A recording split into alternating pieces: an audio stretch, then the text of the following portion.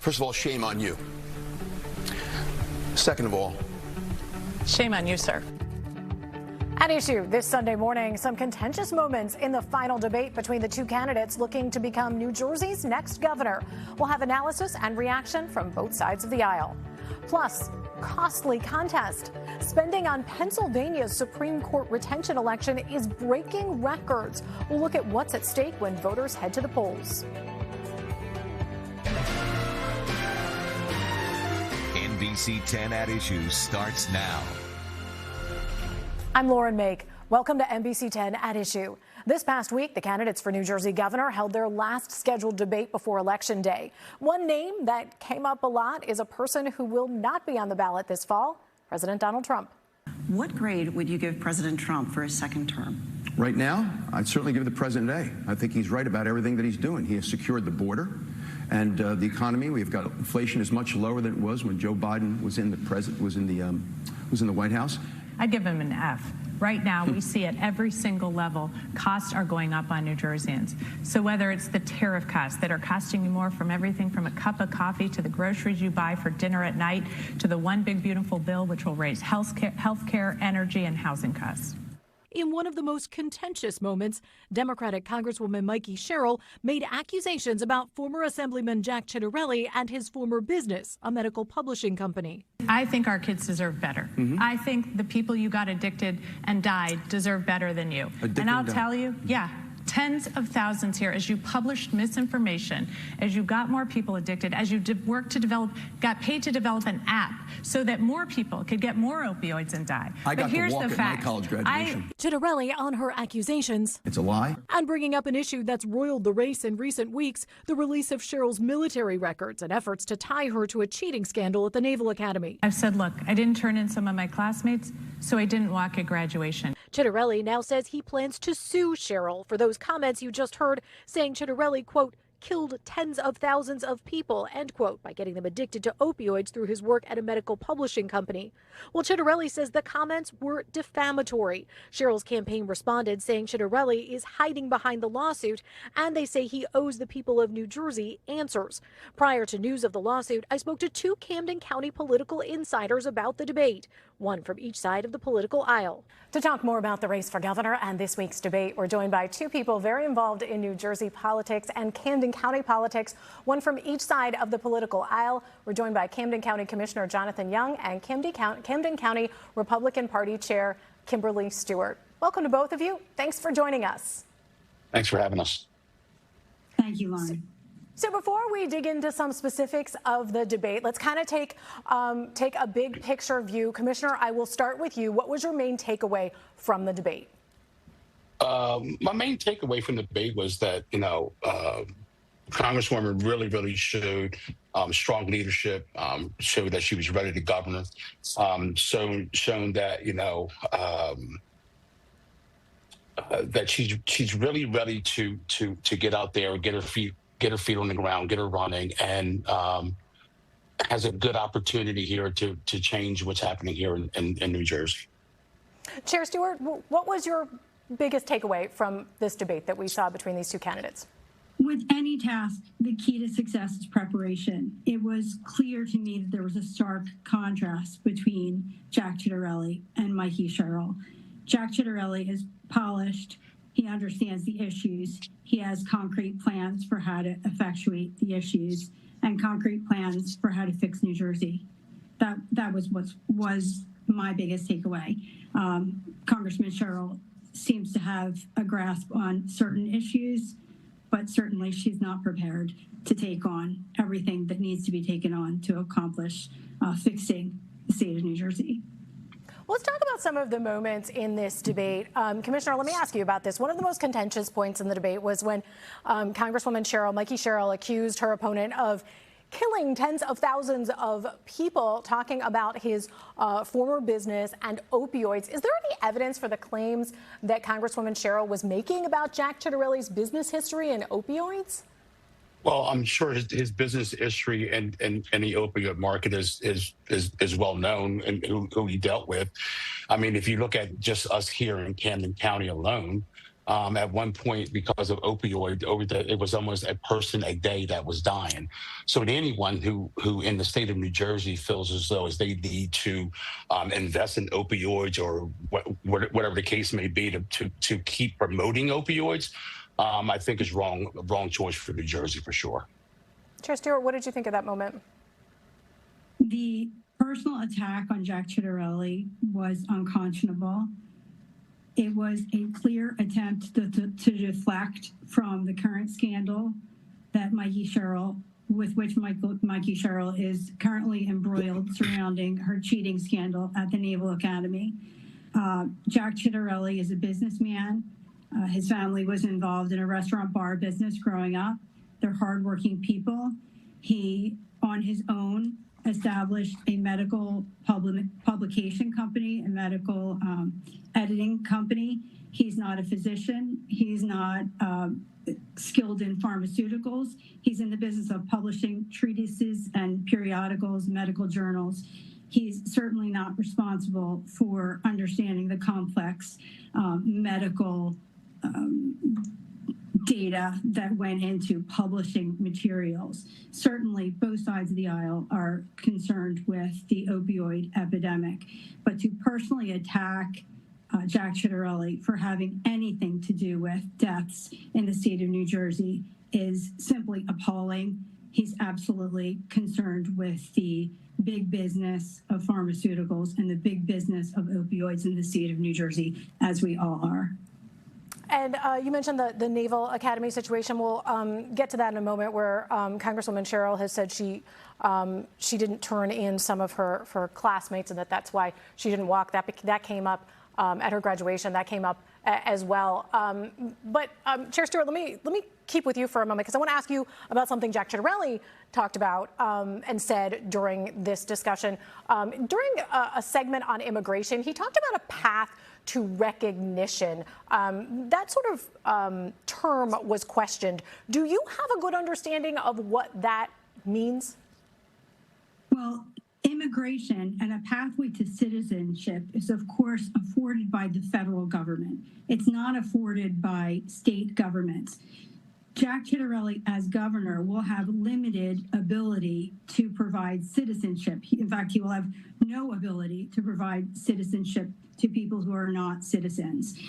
As governor, he has only what's prescribed to him by the Constitution of the state of New Jersey and what is not reserved for the federal government. So the federal government is the entity, and the federal Congress is the entity that's going to be able to make changes in terms of pathway to citizenship. In New Jersey, what he can do as governor is recognize those individuals who have been here, for instance, for decades, who are working, who are paying taxes, but who may not be recognized, in his words, who may not be able to secure driver's licenses, who are currently driving illegally, even though they're a part of our communities and our way of life here in the state of New Jersey, and potentially have been for many, many years. Let me touch on the Naval Academy issue that has now been coming up over and over in this campaign. Commissioner, I want to ask you about sort of how the Congresswoman has addressed that. Do you think that it would be better for her to release documents to close that chapter and get it off the campaign trail? Well, I think she released. I mean, listen, I don't know where we went wrong as a society or in a country when all of a sudden that we are literally questioning people's service here to the American people. Here you have a decorated helicopter pilot, right? She went through all the classes. She did everything that she needed to do. They still allowed her to be in the Navy. She's answered the question time and time again of why she was not allowed to walk. Now, I don't know about anybody else, but I truly, like in the state of New Jersey, I think we believe that we can trust a person who is in Iraq, right? That who wouldn't want to tell on their fellow soldiers to do anything else. So, at the end of the day, I think she did the exact right thing. She answered the questions, and just because Jack and everybody else don't like the answer that she's given, they're pressing it for more. I don't know how many more times she has to answer the question, and she answered it, and she answered it well, and she's standing by her ground. She served well in that capacity and went on to be a U.S. Attorney as well. So, I think she's handling it very well, and I think the other side is just making a big deal out of nothing.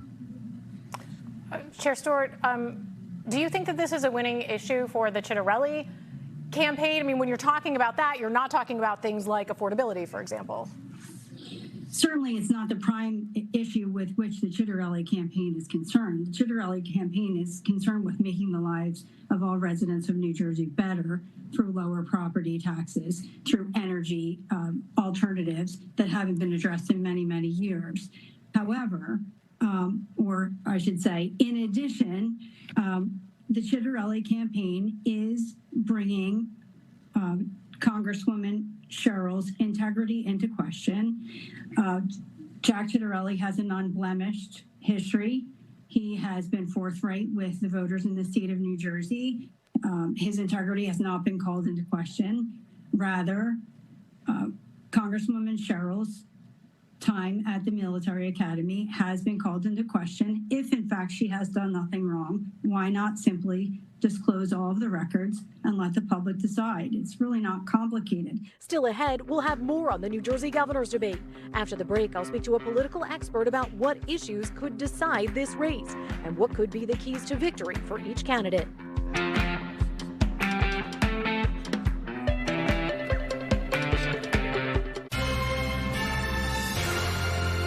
This is NBC10 at Issue. We're back now with more on this past week's debate between the candidates for New Jersey governor. Then in times of need, it's best to have a relationship with whoever occupies the White House, and I will. He's shown zero signs of standing up to this president. Joining us now to talk about the race for New Jersey governor is Kelly Dittmar. She is an associate professor of political science at Rutgers-Camden and is the director of research and scholar at the Center for American Women and Politics. Thanks for joining us and welcome back to NBC10 at Issue. Thanks for having me. So let's talk about this debate. Watching this, you did come away with a good sense of the differences between these candidates. Sometimes in a debate, it's hard for voters to parse that out. That was not the case here. Yeah, I think both candidates did a fairly good job of trying to draw contrast or distinction between themselves and their opponent. And sometimes, and some of the things that they've said, I think will be parsed out in the coming days about, how exaggerated or not some of those claims, particularly, trying to take down the opponent on some issues might come out. But they are trying to say, here's where I stand differently on a particular issue, and also where I stand differently as it pertains to the state of our country. In particular, Donald Trump's policies and the sort of MAGA movement. Yeah, there's no question that President Trump and the administration remains a talking point in this election, especially when it comes to Congresswoman Cheryl and trying to sort of put that on Jack Chitterelli. Yeah, and I think that's important for us to kind of parse out as well how important it is going to be for New Jersey voters. So on the one hand, it is absolutely true that we see in polling, we see kind of anecdotally on the ground that people are concerned about the direction of the administration as it pertains to restrictions on freedom of speech, violation of human rights as it pertains to immigration. In a state like New Jersey where there is a high immigrant population, these things will matter and they will garner attention in ways that might help Cheryl in making that case and kind of reminding voters of Chitterelli's association with Trump. Last night, he said, for example, that he would give Donald Trump an A for how he's been doing. On the other hand, we also know through polling and, again, talking to voters that the top thing on their list are things like cost. And so you did see both candidates say, look, we need to tackle affordability issues. That's a primary concern. And I think that is because it's a primary concern of voters. And so it's up to voters to decide which of these candidates has a better plan to do that, to make things cost less. When you hit the final weeks of a race, the final stretch in a race, you want to get your base out.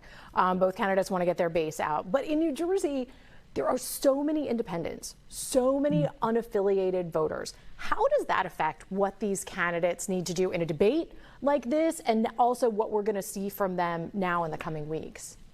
Yeah, I mean, I think this is interesting, not just in New Jersey, but across the country. Oftentimes independents, they do lean one way or the other. And the campaigns, if they're good, they know which way these independents have leaned in former previous elections. However, in the current political context, where a lot of individuals just say, I don't like either party, it's up to these candidates not only to get their support and persuade them to vote for them, but to get them to vote at all. So I think among the kind of independent class, but also among Ds and Rs in the base, that there's a real issue for these candidates to say, it is worth your vote. It is important to come out and vote in this cycle because turnout's going to be so important. For Cheryl, if she can get out her base and some of those independents who don't like the association with MAGA or whatever other issue they're concerned about, she can win this election.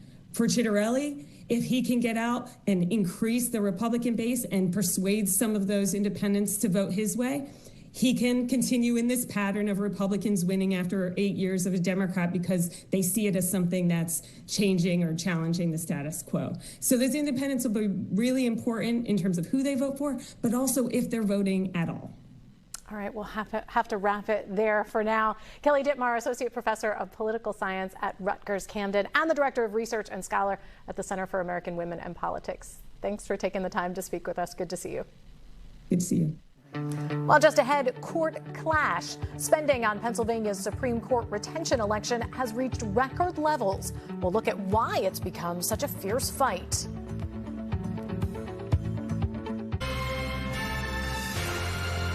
This is NBC10 at Issue. We're back now on NBC10 at Issue with more on Decision 2025. Before the break, we discussed the New Jersey governor's race. Well, now we're taking you across the Delaware, where spending on Pennsylvania's Supreme Court retention election is breaking records.